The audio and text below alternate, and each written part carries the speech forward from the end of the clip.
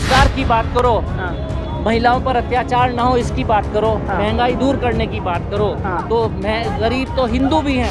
भ्रष्टाचार कम करने की बात करते थे, आज उनकी पार्टी में हर एक जो विधायक है, आधे से ज्यादा विधायक आज जेल जा चुके हैं। विकास का मुद्दा इनके पास नहीं है, सिर्फ इनके पास तोड़ की बात है। तोड़ के अलावा ये कभी जोड़ की बात नहीं कर सकते। आप बेरोजगारी के विरुद्ध अपना वोट दीजिए, आप महंगाई के विरुद्ध अपना वोट दीजिए, आप भ्रष्टाचार के विरुद्ध अपना वोट दीजिए।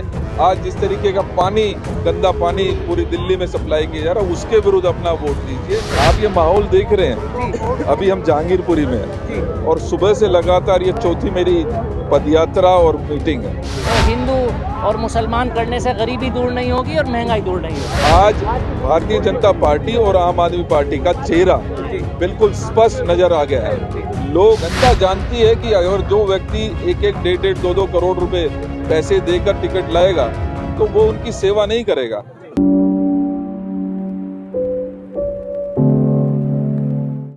आप क्या कहेंगे इस पर? आप ये माहौल देख रहे हैं, अभी हम जहांगीरपुरी में हैं और सुबह से लगातार ये चौथी मेरी पदयात्रा और मीटिंग है। हर जगह पर लोग आदरणीय शीला दीक्षित जी की चमकती हुई दिल्ली को याद कर रहे हैं। आज भारतीय जनता पार्टी और आम आदमी पार्टी का चेहरा बिल्कुल स्पष्ट नजर आ गया है। लोग पहचान गए हैं, उनकी झूठ को उन्होंने पर्दाफाश कर दिया है और कहीं ना कहीं जिस उम्मीद में उनको उम्मीद थी कि हमें बेरोजगारी कम होगी, उनको उम्मीद थी महंगाई कम होगी, उनको उम्मीद थी कि हमारी साफ सफाई होगी, कूड़ा का जो ढेर लगे उनको खत्म किया जाएगा, आज वो सारे मुद्दों पर पूरी तरीके से विफल साबित हुए। मोदी जी ने लगातार कोशिश की, 15 लाख कभी देने की बात की, कभी महंगाई कम करने की बात की, कभी बेरोजगारी कम करने की बात की। इसी प्रकार से आम आदमी पार्टी के नेता केजरीवाल जी की भी पोल पूरी तरीके से खुल गई है। वो भ्रष्टाचार कम करने की बात करते थे, आज उनकी पार्टी में हर एक जो विधायक है, आधे से ज्यादा विधायक आज जेल जा चुके हैं। आज उनकी पोल लगातार खुलती जा रही है, टिकटों को बेचने का काम कर रहे हैं, उनके मंत्री जेल में हैं, तो लोगों के सामने स्पष्ट हो चुका है और उनकी झूठ का पर्दाफाश हो चुका है। इनको लगता था, इनको उम्मीद थी कि कुछ ना कुछ हमारा जीवन बदलेगा, लेकिन पिछले 8 साल के केजरीवाल जी के राज में और पिछले 9 साल जो केंद्र में भारतीय जनता पार्टी रही या 15 साल कॉरपोरेशन में रही, वो पूरी तरीके से विफल साबित हुई। तो केजरीवाल कह रहे हैं कि हम फुल मेजोरिटी से आ रहे हैं और हमारा जो इस बार है वो किसी से सामना ही नहीं है। बीजेपी को कहीं ना कहीं सामने जरूर मान रहे हैं, कह रहे हैं क्लियर मेजोरिटी से आ रहे हैं और पब्लिक जो है फ्री बिजली और फ्री पानी का साथ देगी, हमारा साथ देगी। केजरीवाल जी आज आम आदमी पार्टी नहीं रही, आज वो अमीर आदमियों की पार्टी हो गई है। जिस पार्टी में अगर कॉरपोरेशन के टिकट बेचने का काम शुरू हो जाए, हमारे और आपके सबके सामने है, आज उनके विधायकों को लगातार समन किया जा रहा है। किसी ने 90 लाख रुपए लिए, किसी ने 1.5 करोड़ रुपए एक टिकट बेचने का काम किया। जनता जानती है कि अगर जो व्यक्ति 1-1, 1.5, 2-2 करोड़ रुपए पैसे देकर टिकट लाएगा तो वो उनकी सेवा नहीं करेगा, वो अपनी पेट भरने का काम करेगा, अपनी लूट मचाएगा, वो रेडी पटरी वालों का दर्द नहीं जानेगा, उसको परेशानी नहीं होगी साफ सफाई, वो तो अपनी जेब भरने का काम करेगा। आज आम आदमी पार्टी, यहाँ पर मैं खास तौर पे कहना चाहता हूँ कि कहीं नजर नहीं आती। आज लोगों ने पूरी तरीके से आम आदमी पार्टी को नकार दिया है, उनके भ्रष्टाचार खुलकर सामने आ गए हैं और कोई यहाँ पर मुझे नहीं लगता कि आम आदमी पार्टी का एक भी व्यक्ति खास तौर से बादली विधानसभा में जीतने जा रहा है। सर, दिल्ली के आप विधायक हैं, दिल्ली की जनता से प्रचार खत्म होने वाला है, क्या कहेंगे? आखिरी मैसेज। मैं सिर्फ यही जनता से कहना चाहूँगा कि आप बेरोजगारी के विरुद्ध अपना वोट दीजिए, आप महंगाई के विरुद्ध अपना वोट दीजिए, आप भ्रष्टाचार के विरुद्ध अपना वोट दीजिए।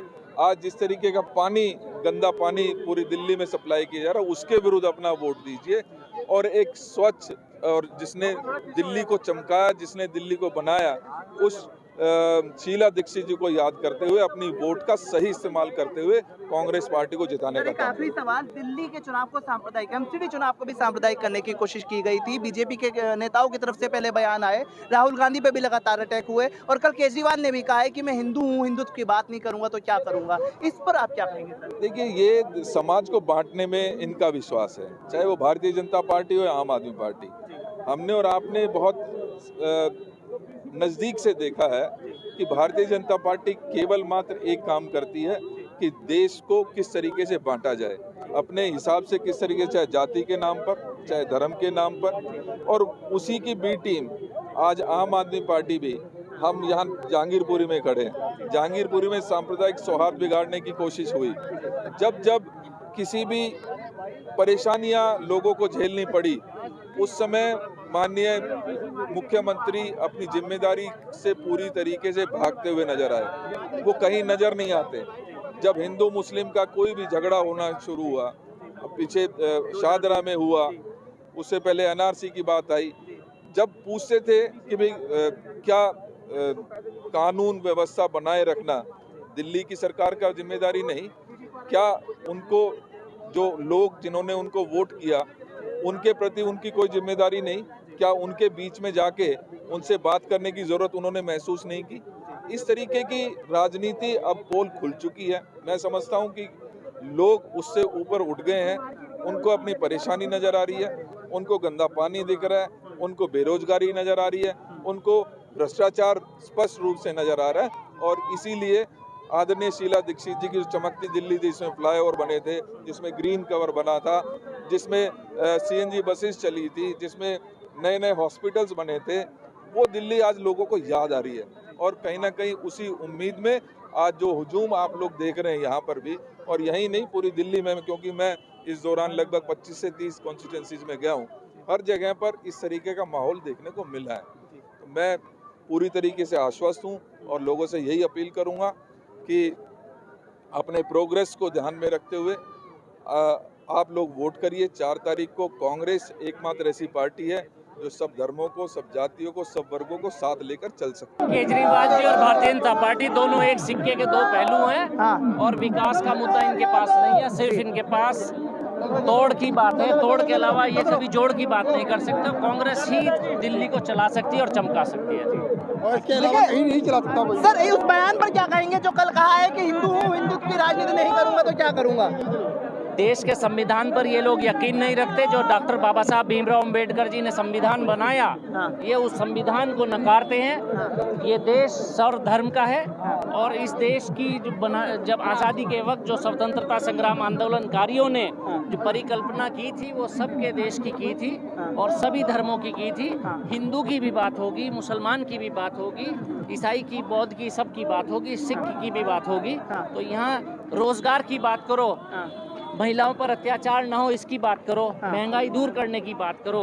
तो गरीब तो हिंदू भी हैं, गरीब की बात करो तो गरीबी दूर करने की बात करो। तो हिंदू और मुसलमान करने से गरीबी दूर नहीं होगी और महंगाई दूर नहीं होगी। सर एक आखिरी सवाल, भारत जोड़ो यात्रा से क्या इस एमसीडी चुनाव पर फर्क पड़ेगा? क्योंकि कहीं ना कहीं विरोधी जो है भारत जोड़ो यात्रा कोई राजनीतिक मकसद के साथ नहीं है, वो तो इस समाज को, इस देश को जोड़ने के साथ है। और हाँ, हम पॉलिटिकल पार्टी हैं, चुनाव भी लड़ते हैं, तो हम चुनाव भी लड़ेंगे, पॉलिटिकल बात भी करेंगे। तो वो तो देश को जोड़ने की यात्रा है राहुल जी के नेतृत्व में। भारत जोड़ो यात्रा की हमने बात की, जहाँ साफ देखे कहना है लोगों का, कांग्रेस के नेताओं का, कि इस बार जो चुनाव है उस चुनाव में वापसी करेगी कांग्रेस और दिल्ली में शीला दीक्षित की कांग्रेस जल्द जो है वो लोगों को दिखाई देगी।